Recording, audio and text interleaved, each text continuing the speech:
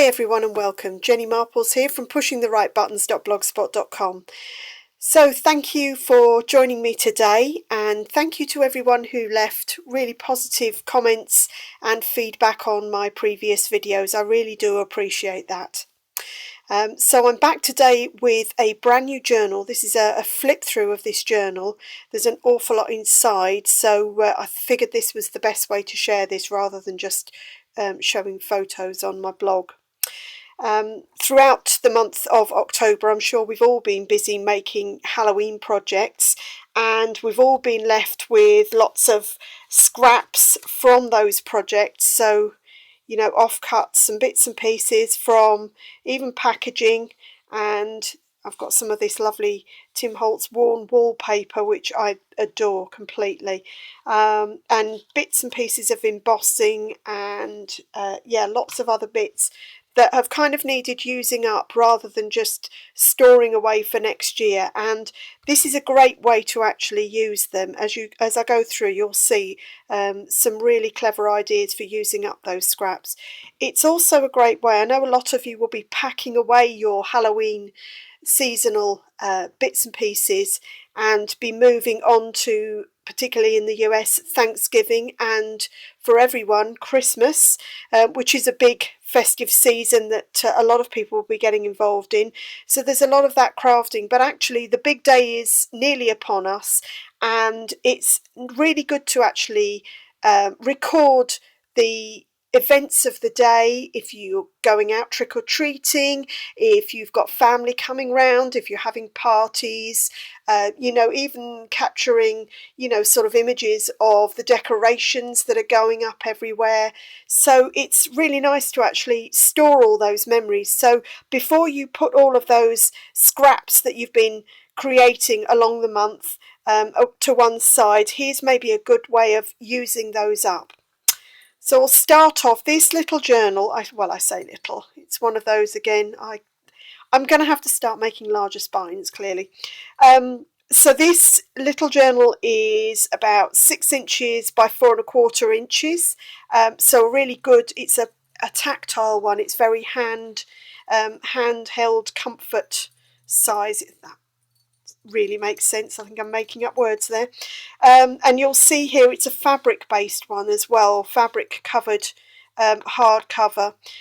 This is some Tim Holtz fabric from his Materialize range. Absolutely gorgeous. I do love this fabric, and it's a nice way of being able to use it and keep it on display as well. I've also added some lace trim, and see, going over to the back cover as well, the same on the back. And then on the spine here I've used one of these vignette accents of Tim's. It's beautiful. It's a very long winged bat, which I've then coloured to make it look like old brass. And then there's some charms on the side here. There's a little clock handle. I've added in a skull and crossbones and an owl.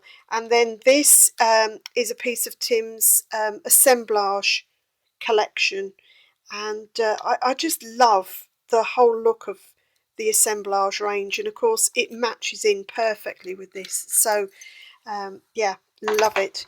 So on the front, little book plates put on there, all again coloured to match. And you'll see a lot of recurring themes. For example, the quote chips that I've used. Now you'll notice I haven't got a huge amount of dimension to these. Obviously when I've been creating the books I didn't want them to stick too high up in the pages. So you can actually, because they're made of a card base, you can actually remove some of the lower layers so that they're not quite so deep. So that they will fit your projects beautifully like this. And you'll see there's a little bit of the worn wallpaper, but you'll see scraps of this all the way through. And in fact, if I open up inside, you'll see there each of the covers, both back and front, has been covered with that worn wallpaper, so that it all coordinates beautifully, which Tim's always does. So yeah, I had a mammoth tea staining session, And about 250 sheets later, I ended up with copier paper that had been stained, as well as various different pieces of other paper. So we've got, there's some watercolour paper here that I'd got offcuts of. I've used vellum as well. Now this I didn't watercolor, I didn't stain, because, to be honest, because it's that thin, it will pick up the colours from both sides anyway. But I have done stamping on one side of the vellum, because it's lovely, where it will show through to the other side, and just adds a little bit of detail. So I've used, this is proper vintage music paper. This goes back to the early 1900s, and although in a way it's a sin to use it, on the other hand, I don't really want it just disintegrating in a bag out of the way. It's nice to get used. And then this is some of the Tim Holtz collage paper. It's the Halloween version of his collage paper, which again works really well. The other thing that I've been doing on the music paper, I think you can see here, I've actually been doing some stamping and painting. So this is from the Inventor 4 set. A lot of you will be familiar with that. This is where your stamp platform comes in. Really, really useful, because you can stamp. I tend to stamp with distress oxides, and then I'll paint using distress paint, and then I'll re-stamp the image, but this time using archival ink, so that you then get all of the beautiful detail. And it works really well, I think, that you can still see the music in the background. And if you're wondering, this is just white gesso that I've used. And then another of the quote chips, and dig out some of those Halloween, like the small talk and the clippings and all the bits and pieces that you've got hanging around that, you know, you've been hoarding but actually really need to see the light of day. So there's graph paper in here, and it's fine to leave things like the holes in place. They add an interest to it. You know, whoever ends up using this, if they want to chop that down and remove them, they can do, but I rather like them being in there. On this page, we've got a little pocket here with some warm wallpaper. You'll see here, actually, the paper tore a little when it was coming out of the oven.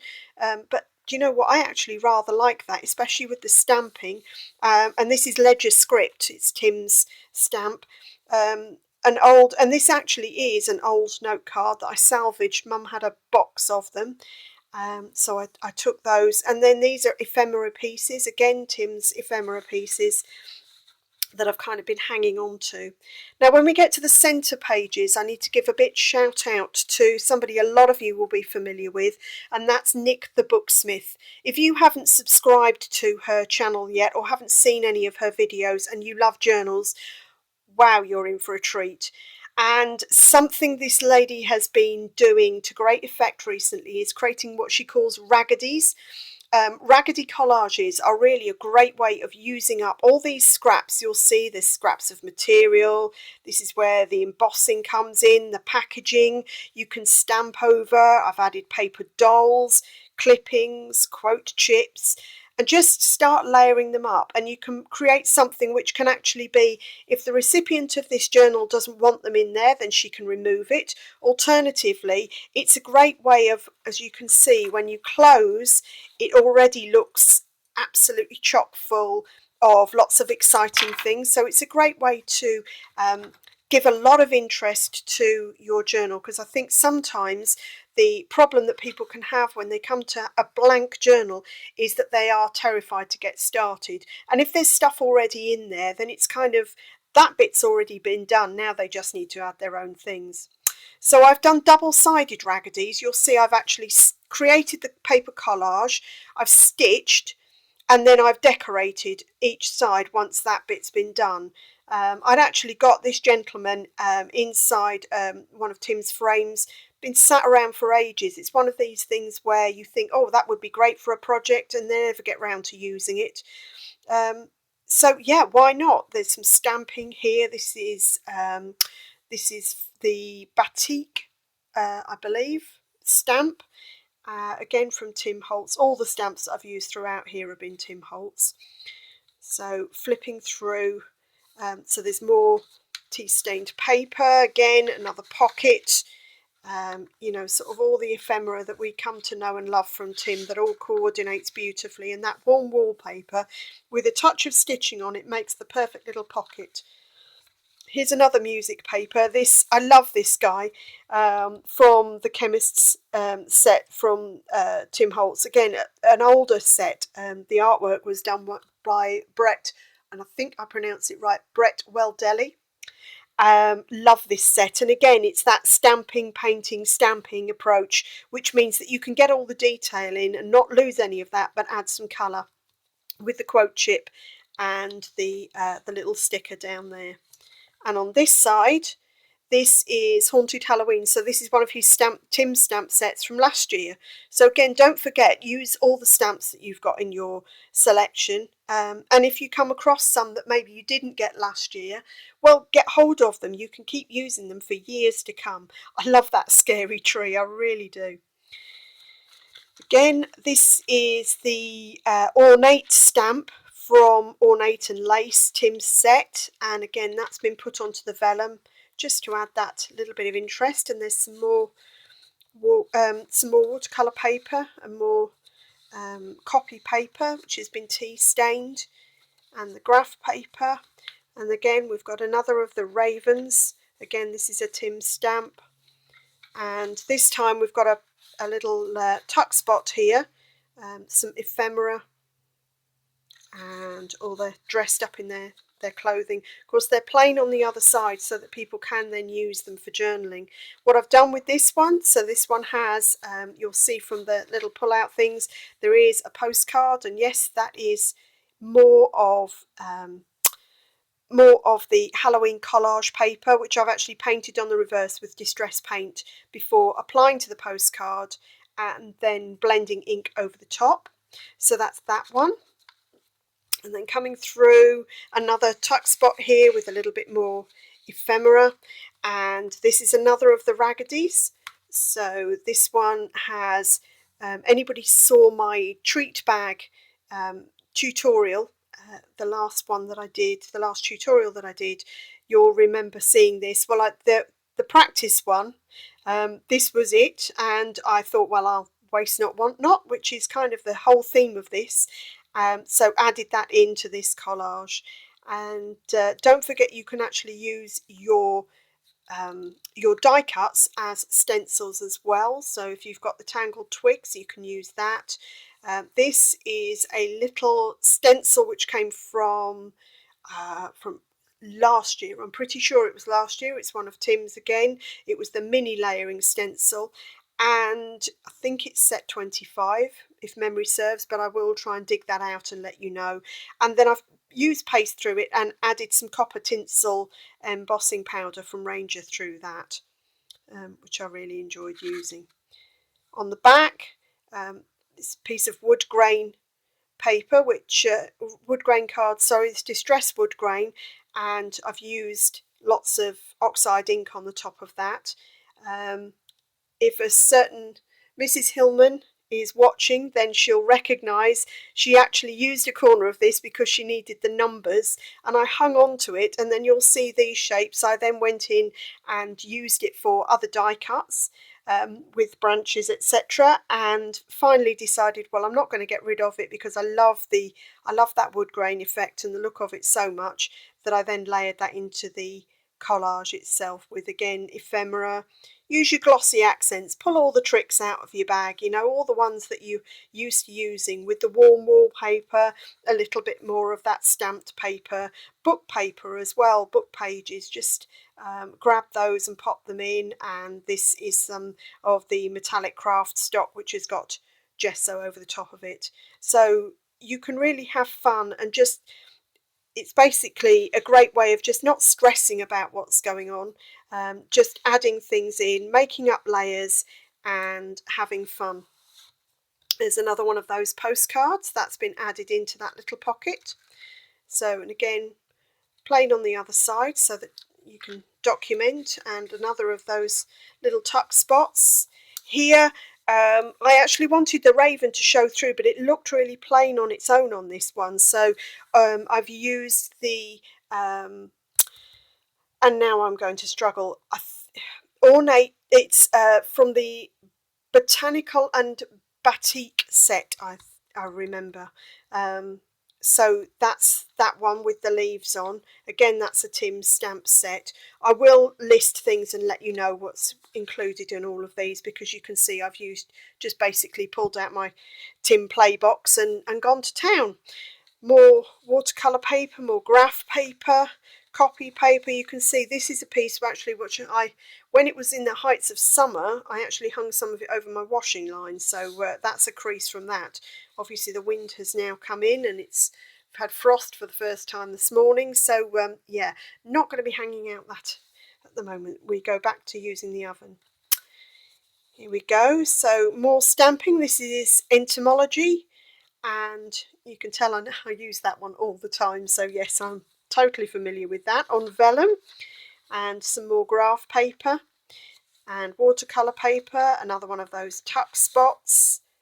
So there we've got another of the cards, the sort of the found relatives, which really come in useful. We've got another of these postcards, again with some more painted Halloween collage paper on there. Moving in, another of the tuck spots and more ephemera, and on this one another of these collages. Again, you'll recognise a lot of the elements, and that includes here, you'll see some of the marble paper. Again, I did a YouTube video on using distress oxide reinkers to create this marbling effect, and yeah, grabbed some of that paper and was able to include it within the collages as well. It's good fun making up the stories as well if you're using the Halloween clippings as well. And then turning over, and I'd got the back of a frame and used that so that I could do some stamping on it to make it look slightly more like Twilight, and layered some of the you can layer the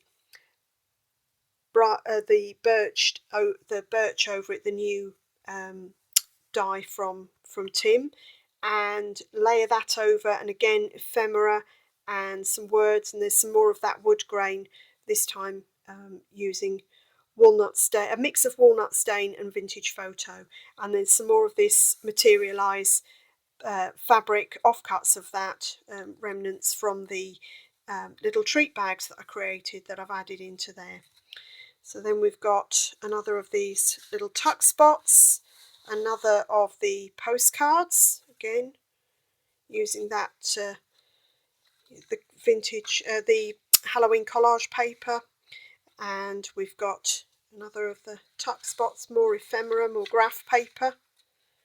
This is that batik stamp that I've used and really liked that. I like the fact that I got a really nice crisp edge to that as well actually. And then finally moving on to the last signature bit of stamping, and again we're moving on to the music paper here that I've painted onto. So this one is again from Tim's Haunted House set, and you'll see again quote chips included in that. And on the other side, this is from Inventor 4. This is both of the pumpkins this time, but obviously it has a slightly different effect, and I used 3 colours. I included wild honey in the centre of this with spice marmalade and ripe persimmon to colour both pumpkins. And then some more of the ravens, some more watercolour, some more graph paper, but this time with the Halloween collage paper on. Again, another little note card there and some more ephemera. So tucking that in, and warm wallpaper pocket.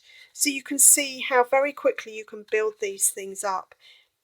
You don't really need an awful lot of paper, and you can see I've actually overfilled mine.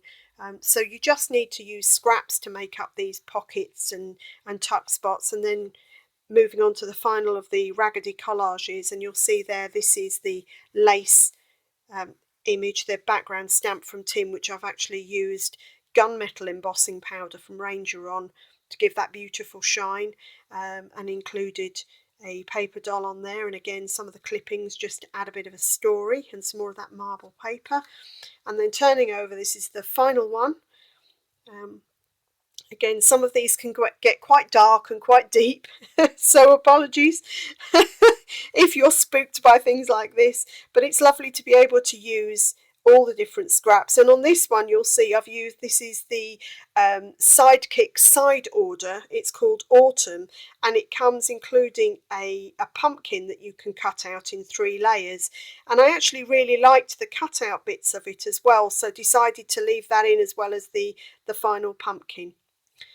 And then just finishing off these pages, we've now got a little bit more ephemera and another note card, some more graph paper, and we've got, there you are, some more stamping and the final painted pages. So again, this is from Haunted House, and then we've got on the back, again this is from the Bretwell Deli stamp set from Tim, again an old one but absolutely love it. So again, being able to get all that colour in is only possible because of using the stamp platform, stamping, painting, re-stamping, and being able to add all of that detail in. And then a final bit of stamping using Ledger Script on the back, and we come to the back. So I hope you've enjoyed seeing that. You'll see quite why a flip through was more important than just showing photos on my blog. I hope you've enjoyed seeing this and that you feel inspired to make your own Halloween journal. As I said, don't forget there's still time to make one of these and be able to record all of the memories from Wednesday or whenever you're having your festivities, or if you already had them, if you've taken snaps and you want to preserve them and document the occasion, then you can see how easy it is just to put together a few pages, add in your scraps and create some really special memories.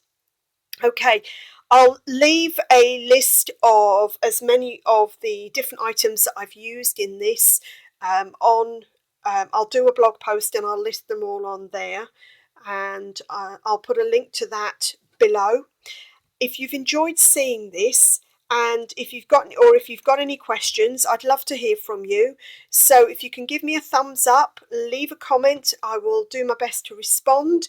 And if you haven't already subscribed, then that would be great if you'd like to see more of my videos. And all that remains to be said is happy Halloween and thank you for watching.